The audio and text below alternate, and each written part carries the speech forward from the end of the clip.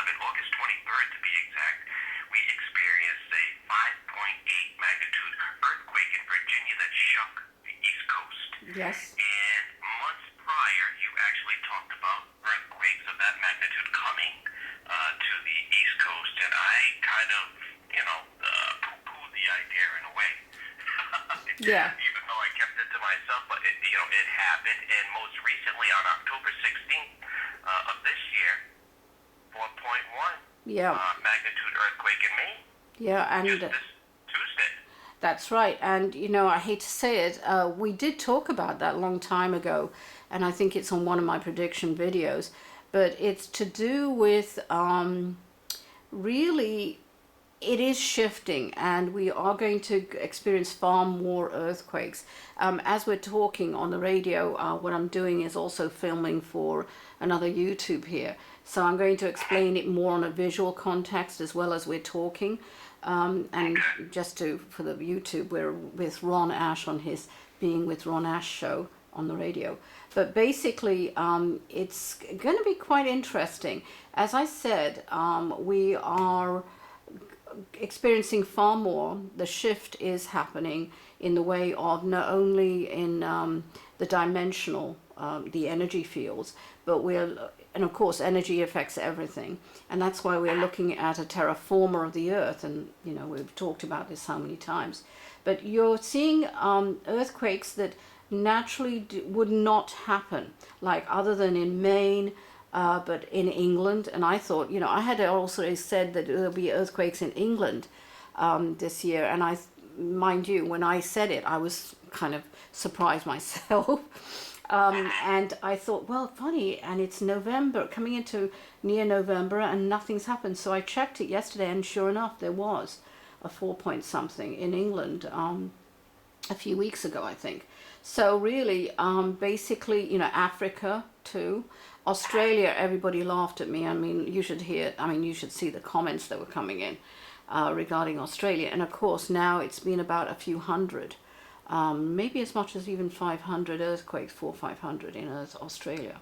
So it's showing that the tectonic plates are moving and shifting, and every time there's a big one, and if you know just above Australia, there are 3 plates that meet. Do you know that? Actually converge. So it's all 3 plates, and that's why they have this, I'm afraid, Indonesia, all that whole area, New Zealand, have these horrible earthquakes too, and consistent, and they're not small, they're large. They're averaging from 3, 4 to 6 upwards, and because of that, you could see, 6.0 just happened yesterday or the day before. So I mean, and that's not uncommon, I hate to say it. So that's increasing. I hate to say it, Japan will still keep on having its earthquakes.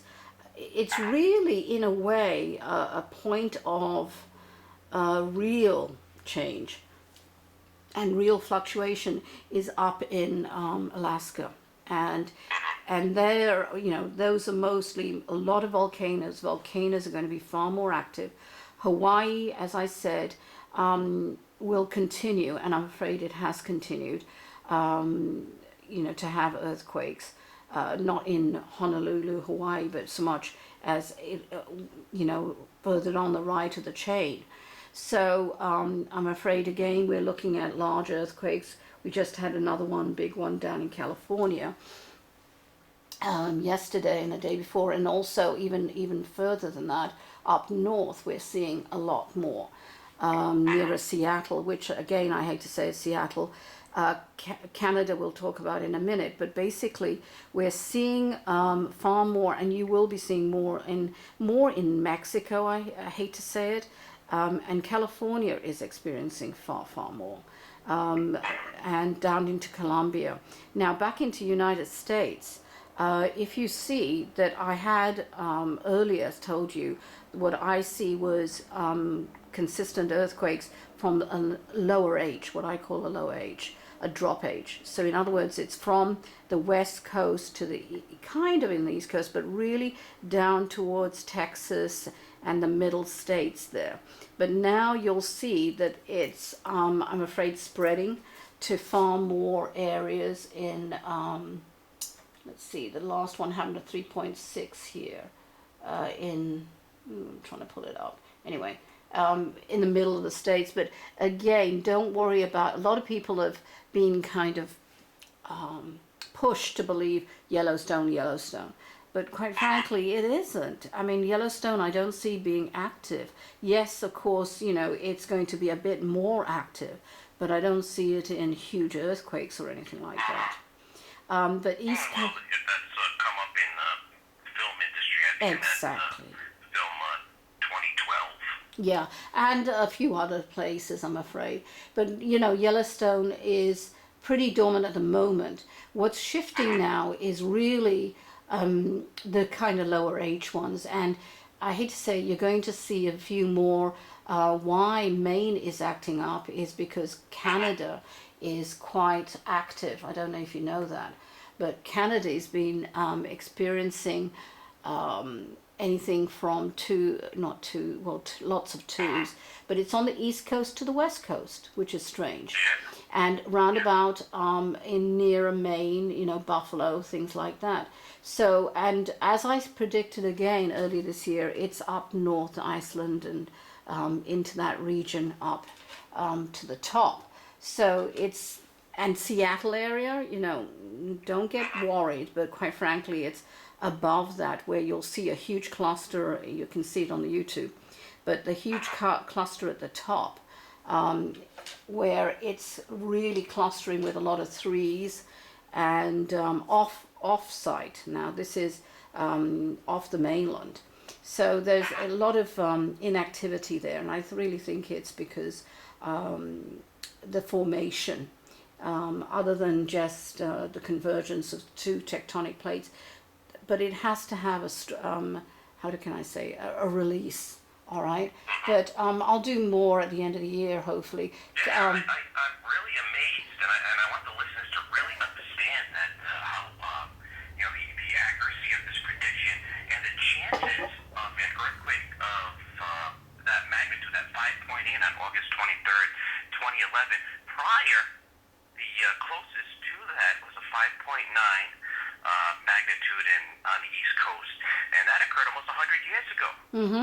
And you'll see that even through England, even though I now checked it, they had it past 16th century and everything, that it was pretty, they did have earthquakes, but it was in a huge span, where now it's really starting. And if you look at ESEM, which is part of the Center of Seismology, I can't even say it anyway, but basically it's the European USGS. You'll see a huge number. I mean, I'm not kidding. It's a huge number of... I had been looking through some statistics. I Googled search latest New England earthquake and actually came up with a page that showed some small tremors and things that occur. Most people aren't aware of. They don't make the news. But, you know, interesting stuff. And like I said, Darshini-inspirit.com to learn more. And you can link to her YouTube there. And she does many talks on 2012 and the transition and what's happening seismically, you know, and emotionally and spiritually amongst all the people. Many people are awakening psychic abilities, the abilities of their sixth sense are developing. So, you know, hold on to your chair. We're in for quite a ride. And you know, it's funny when you said hold on to your chair, because I'm sorry, you must be psychic, because the picture I have on here is a Facebook picture where it says 2012 Maine earthquake with, you know, the group of chairs for outdoor chairs. One is flipped over, so it'll says we will rebuild. It's just a funny little thing, but it's so funny as you hold on to your chairs. But anyway, yes, you're right. But this is also, as you said, it's dormant, but it is going to increase. But you know, there are other shifts, and Ron and I were talking about this very long time ago. But other than the shifts, there's going to be a lot of conflicts. Have you been finding that your having a lot of people who are kind of more argumentative and within conflict, as if they're conflicted within themselves.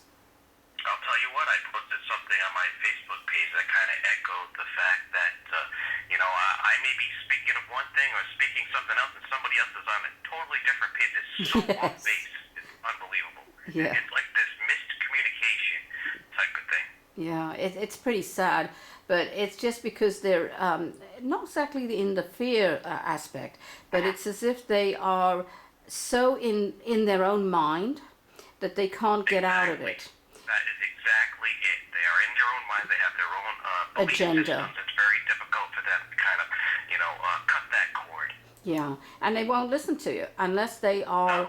And I've been giving readings in the last 2 weeks that have been pretty brutal, and I'm kind of been, I'm known to be brutal. Your brutality is rubbing off on me because I too have been very brutal with people, and it's been people closest to me, and they're just, so far off from, what's really going on that they refuse to come to grips with it, and if they don't come to grips with it, I'm afraid they're not going to be able to adjust, and they're going to continue to struggle in it. Yeah, and it's that loop, that beautiful little loop that you tend to not want to be, break the cord. And they insist that that is the right way, but they're so close to the darn tree, they're licking and kissing it instead of seeing what's out in the forest. And you're trying to let them see what the possibilities are. And as a reader, that's what we do. But it's hard. That's we can't. Hard. It is. Sometimes you want to kind of hold back. You don't want to, create that anxiety in And them the conflict. Or get them to be upset with you, so you kind of hold back. But, sometimes I just have to let it rip. Yeah, and whatever your intuition's saying, say it. It may come back on you, but in a way. But really, what are you there for? Are you there to placate them? And even though, and I say it in the lectures, I'm coming up to a lecture this in San Diego, a holistic fair, this weekend, and I say it. Don't even bother to come to me if you want to just hear what you want to hear. You're not going to hear it. Characteristic of what we do, something we need to accept. Well, we're going to take some calls. 424-757-1425. We have Helen from Providence, Rhode Island, joining us. Hello, Helen. Hi, Helen. Hi, thank you for taking my call. My question was around career. I'm looking for a new job, and I was hoping you had some insight. I have spoken to a couple people, and it seems like every time I get close, the company gets acquired. Yes. Okay. Well, remember, everything is timing, and it's hard to even agree with that sometimes because it's so frustrating. And you've got a great sense of humor, by the way, haven't you? Would you say that? I do. Yeah. And I'm seeing that you really go for things. You kind of grab things, but you don't, on a spiritual level, you are like that. But you also don't make excuses. That's something that you kind of are very derogatory when you see it in other people. In other words, yes, I know you're tired or you've got this disability, but you can do it. You're very, very forceful on that one. Does that make sense to you? Would that describe you? I don't have a lot of... Yeah. And, because of that, you know that you want a job that is not an exact fit. There's no such job, but that is a good fit for you, correct? Correct. All right. And have you been really searching, genuinely searching since about February this year? A little later, but yes, I've been searching, seriously searching since March. Yeah, because that's what I'm saying, February, March. But it's really that you knew that it was time. But even though it was time for you, the right one hasn't come in. And that's why, even though we try and say, okay, we're ready to go for it now, we tend to, how can I say, move away you need to be developed more. Does that make sense? Do you feel that you're not quite ready? And be honest with me. No, I do feel that I'm ready. I'm ready for at least 4 or 5 months. Okay, all right. I want you to really stand back and revisit your skills again.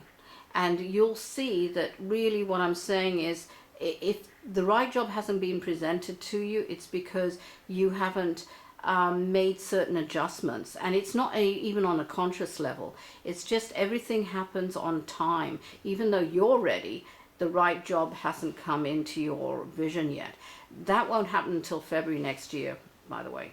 I hate to say this, but by roundabout now, definitely by November, jobs are kind of closing down a bit. The economy is going to go into a kind of, not I want to say crash dive, but it's just going to, people are going to be more or less reserved about hiring any position. And they're going to be reconsidering things because of certain market adversities. So be careful about that, but just get ready in the mindset that you'll know by February next year that you will be in the job. Do you like traveling, by the way? I do. Yeah, because I'm seeing some travel in that job. So just be not extensive, but just know that traveling is part of that. But by February you should be able to get what you want. But really revisit what your skills are, and remember, skills are not only learned skills but gifts that you have as well, and that you don't even know. All right? I wish you luck. Great, thank you. All right. Bye-bye. All right, thanks for the call and thanks for listening, Helen. Okay, we have Sharon from South Carolina coming up. I want to remind everyone, 424-757-1425 is the call-in number. Once you're in the switchboard, press 1 if you'd like to speak to myself or Darshini. Hello, Sharon.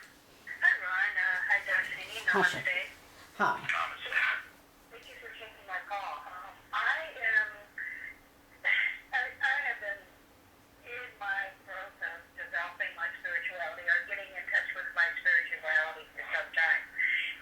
I've gone through a lot of changes this year, moving about physically, and I'm working on my manifestation, and it seems to have some bubbles or lacking in some areas. I have found myself in a place with people I don't really know. I mean, I'm finding out who they are, but I didn't really know them, and I seem to have some disconnect in really bringing forth what I really want.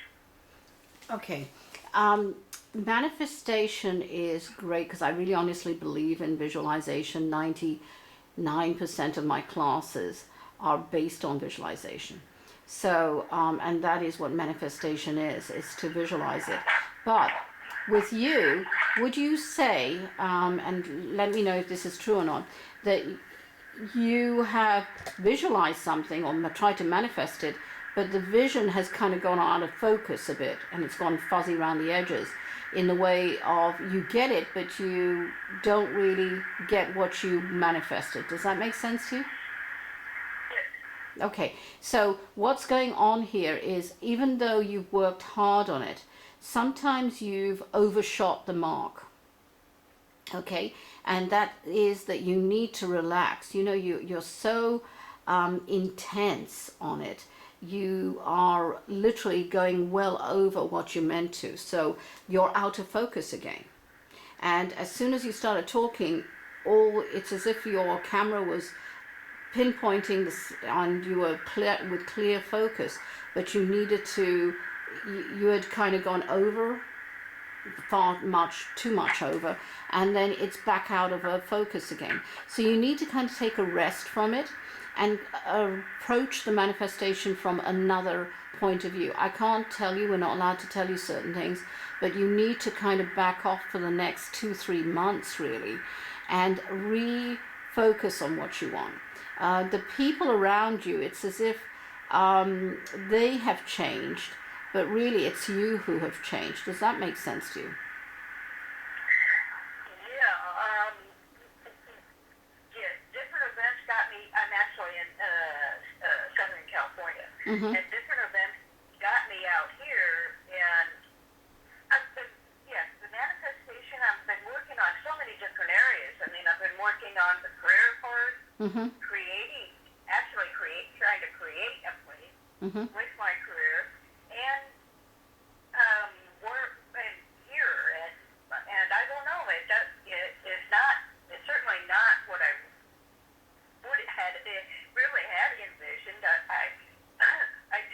lot of visualizations.